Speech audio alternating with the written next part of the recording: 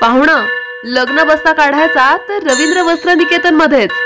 रवींद्र वस्त्र निकेतन सलगरे व शाखा लग्न बस्ता व आहेरासाठी प्रसिद्ध ठिकाण।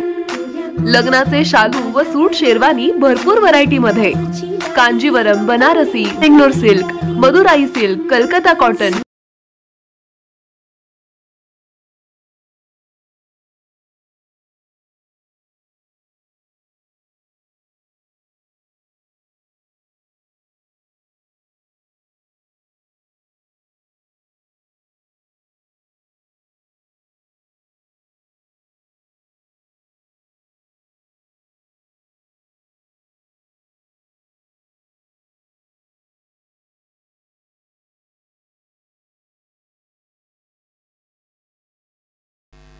तळवार व कोळी समाजाला अनुसूचित जातीत समाविष्ट करण्यासाठी भाजपाचे योगदान। आमदार श्रीमंत पाटील। समाजातील उपेक्षित अशा तळवार व कोळी समाजाला अनुसूचित जाती जमातीत समाविष्ट करण्यासाठी भारतीय जनता पक्षाचे योगदान महत्त्वाचे आहे, असे प्रतिपादन कागवाडचे आमदार मंत्री श्रीमंत पाटील यांनी केलं। मोळे तालुका कागवाड येथील बसवनगर मधील समुदाय भवन मध्ये आयोजित केलेल्या कोळी तळवार समाजाच्या जागृती समावेशक व शासनाच्या अभिनंदनाच्या समारंभात ते बोलत होते। या समारंभास प्रमुख उपस्थित म्हणून विधान परिषदेचे सदस्य माजी उपमुख्यमंत्री लक्ष्मण सवदी, एन रविकुमार, हुन्नूर मठाचे विश्वनाथ स्वामीजी हे उपस्थित होते।